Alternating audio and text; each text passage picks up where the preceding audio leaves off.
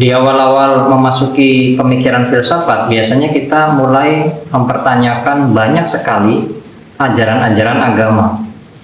Itu wajar, dan sebenarnya itu bagus ya dalam satu sisi. Kenapa? Karena kita tidak hanya akan mengikuti sebuah ajaran agama atau perkataan agamawan siapapun, bukan hanya sekedar percaya, tetapi juga memahami secara logis. Walaupun mungkin banyak yang tidak empiris atau belum terbukti, tapi setidaknya logis. Dan filsafat ini justru akan menjadikan kita semakin kuat mengimani ajaran agama tersebut. Nah, dalam hal takdir, banyak sekali orang yang sulit untuk memahami atau menerima takdir begitu saja. Apalagi ketika mulai memasuki ranah pemikiran yang lebih dalam ya. Mempertanyakan, membenturkan antara keyakinan, hal-hal yang diajarkan dalam agama kita dengan apa yang dalam pikiran kita, menurut kita itu bertentangan. Mengapa agama mengajarkan seperti ini, sedangkan dalam realitasnya seperti itu, dan sebagainya. Nanti secara praktis akan saya beri pertanyaan-pertanyaan yang menjadi contoh dari benturan antara keimanan dan logika yang seakan itu adalah bertolak belakang. Takdir memang agak sulit untuk dipahami secara logika, apalagi dengan logika mekanik. Kalau dalam video yang ini ya, teman-teman bisa menonton logika mekanik dengan premis A, premis B, dan lingkup yang sempit. Itu sangat sulit untuk memahami takdir Tuhan, katakanlah begitu. Profesor Harun Nasution, salah satu guru besar teolog Universitas Indonesia, bahkan pernah menyarankan agar umat Islam tidak meyakini rukun iman ke-6, meyakini qada dan qadar atau takdir. Kenapa? Mungkin karena banyak orang itu tidak sanggup untuk memahami secara logis apa yang dikehendaki oleh Tuhan. Seakan-akan hati kita ingin, tapi logika kita melawan. Sebenarnya bagaimana ini jalan tengahnya atau penjelasan argumentasi yang bisa menjadikan logika kita itu nyaman? Contoh-contoh pertanyaan itu adalah misalnya, jika Tuhan memang Maha Pengasih, mengapa banyak manusia yang hidup menderita atau bahkan menjual harga dirinya demi apa yang mereka butuhkan? Pertanyaan lain, jika Tuhan memang Maha Pengampun, mengapa Tuhan menciptakan neraka? Jika Tuhan Maha Adil, mengapa Tuhan menciptakan surga yang di dalamnya adalah orang-orang yang bergembira, dan Tuhan menciptakan neraka di bawahnya sebagai tempat orang-orang yang menderita? Bagaimana mungkin manusia bisa menikmati kegembiraan di atas penderitaan sesama manusia? Dan pertanyaan-pertanyaan semacam ini. Baik, kita akan mulai dari judul video ini. Kenapa saya kasih judul Serabut Takdir? Ini kombinasi dari kondisi atau potret serabut otak, dendrit dan akson, dengan dinamisme takdir. Bahwa takdir itu sangat dinamis, sangat mudah berubah, sangat rumit untuk dipahami. Seperti layaknya serabut otak yang terus tumbuh setiap kita mengalami hal baru, memakan sesuatu yang baru, mendapatkan pengalaman baru, mendapatkan ilmu baru, bertemu dengan orang-orang baru, dan sebagainya. Ketika seseorang mengalami hal seperti itu, serabut otaknya tumbuh. Dan pertumbuhan serabut otak itu, ini ada yang namanya cross inhibition. Teman-teman bisa baca di bukunya Deepak Chopra tentang masa depan Tuhan, The Future of God. Di sana ada konsep cross inhibition, yaitu serabut otak yang berperang, tanda kutip, yang adu kekuatan ketika memilih satu di antara dua atau lebih pilihan. Maka antar serabut otak ini itu akan saling menguatkan diri. Kalau misalnya teman-teman nonton film Tom and Jerry, itu sering ya, ada malaikat di sisi kanan atau iblis di sisi kiri. Itu adalah kondisi yang disebut dengan cross inhibition di dalam otak atau serabut otak.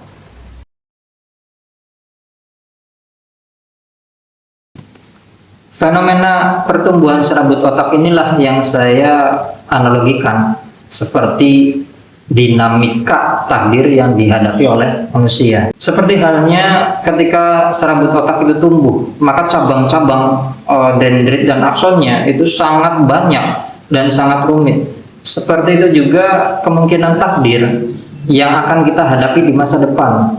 Ketika misalnya kita punya 2 pilihan, 3 pilihan, atau banyak pilihan, dan di setiap pilihan itu punya konsekuensi plus minus masing-masing, punya kebaikan dan punya resiko masing-masing. Kalau teman-teman aktif di media sosial, mungkin teman-teman pernah nonton atau baca tentang seorang security anak muda di Kendal yang menikah dengan perempuan dari Italia, dan perempuan itu datang ke Kendal ingin dinikahi, atau seorang laki-laki dari Padang yang secara penampilan mungkin teman-teman lebih tampan ya, tapi menikah dengan orang Jerman atau Australia gitu.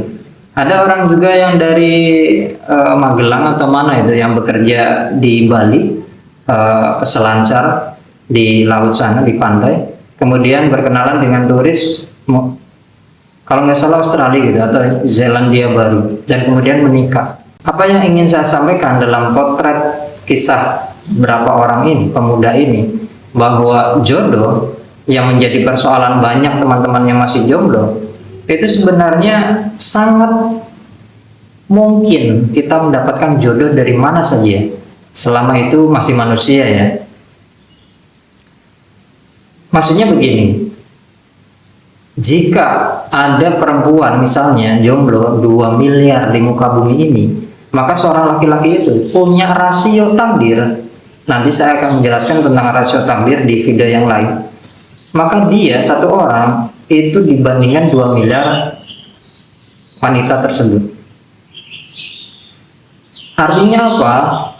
Satu atau lebih dari 2 miliar wanita jomblo ini, atau bahkan mungkin ada yang janda, itu sangat mungkin menjadi jodohnya si laki-laki ini. Maka pertanyaannya jadi nonsens, nggak logis ketika ada seseorang yang mengatakan saya nggak punya jodoh. Mungkin jodoh saya sudah meninggal ketika bayi, atau jodoh saya sudah tabrakan dan sebagainya. Akhirnya saya tidak menikah dengan dia. Takdir Tuhan itu tidak tunggal, teman-teman. Seperti serabut takdir yang saya jelaskan tadi, seperti serabut otak. Banyak sekali kemungkinan yang disertai dengan resiko masing-masing. Contoh, teman-teman ketika kuliah misal ada 3 atau 4 wanita yang disukai atau ditarget nih jadi istri. Kalau misalnya menikah dengan si A, teman-teman mungkin jadi PNS. Karena kalau menikah dengan si A, teman-teman mungkin bisa jadi PNS karena orang tua si A misalnya orang dalam pemerintahan. Tapi anaknya hanya 2, rumahnya kecil, kredit mobil nggak lunas-lunas dan sebagainya misalnya. Kalau menikah dengan si B, teman-teman jadi pengusaha restoran misalnya, karena orang tuanya juga berbisnis, warteg misalnya. Yang ketiga, teman-teman mungkin bisa jadi seorang wirausaha, peternak, atau berkebun dan sebagainya.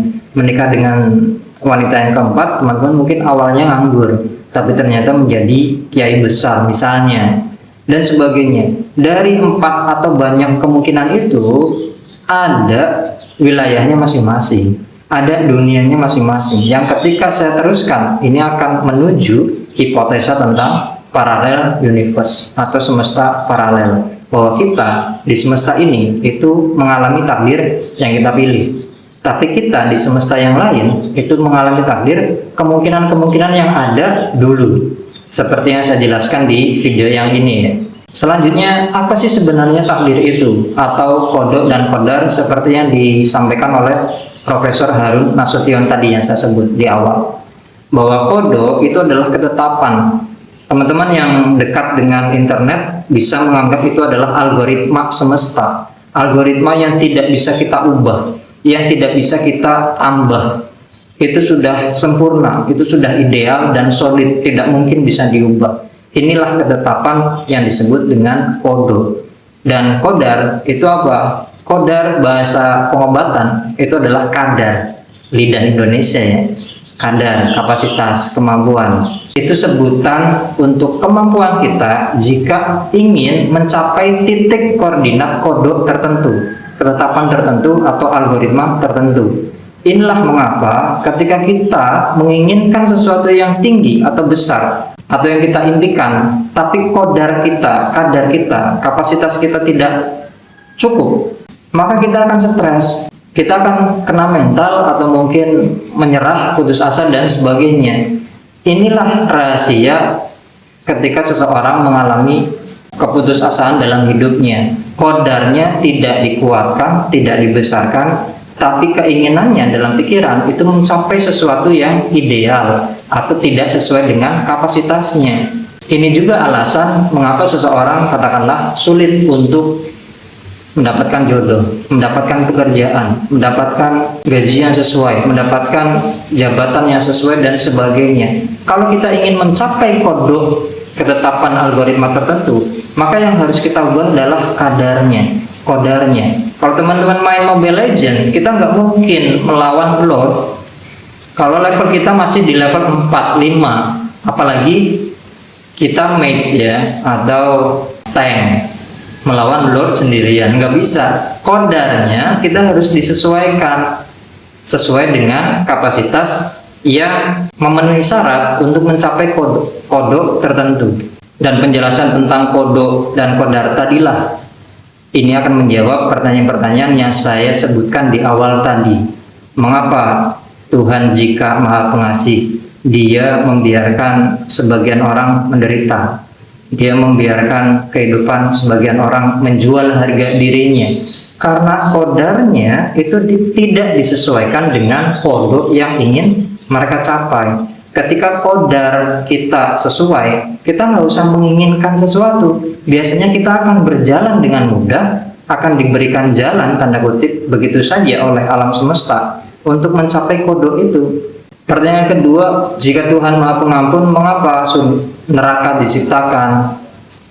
Neraka dan surga itu hanya sudut pandang saja, teman-teman.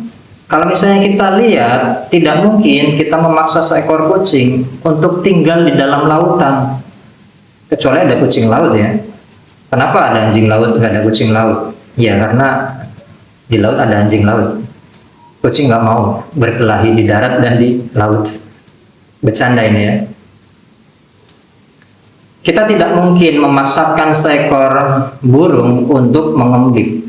Kita tidak mungkin anak-anak remaja masjid itu dipaksa untuk hidup seperti anak-anak pang misalnya yang hidup di jalanan. Sebaliknya, anak-anak pang yang hidup di jalanan itu tidak mungkin dipaksa untuk hidup di sekitaran masjid. Ini seperti surga dan neraka adalah kenikmatan untuk orang-orang yang tepat. Bagaimana kisah orang-orang yang ada di neraka kemudian menuju ke surga? Maka ada transformasi, perubahan mentalitas, perubahan diri, tanda kutip. Transformasi inilah yang menjadikan orang yang tadinya di neraka atau hidup di laut misalnya, ikan hidup di laut, bagaimana caranya agar bisa hidup di darat? Maka mereka berevolusi, punya kaki, bernafas tidak dengan insang lagi, tapi dengan paru-paru, dan itu butuh waktu jutaan tahun. Ya, kita belajar tentang evolusi lah ya. Transformasi inilah yang menjadikan titik tengah antara para penduduk neraka ke surga. Sebaliknya, kalau para penduduk surga, orang-orang yang hidup dalam kenikmatan tadi versi mereka, ingin melihat bahwa neraka juga adalah kenikmatan, dia harus bertransformasi dulu. Banyak kan ya seorang yang alim, kemudian dia memilih untuk hidup di jalanan, memilih untuk hidup di katakanlah dekat dengan dosa dan sebagainya. Sebaliknya, ada orang-orang berdosa yang berhijrah, orang-orang yang punya banyak kesalahan di masa lalu, kemudian dia hidup di sekitaran masjid atau menyibukkan diri dengan ibadah. Seperti itu juga surga dan neraka.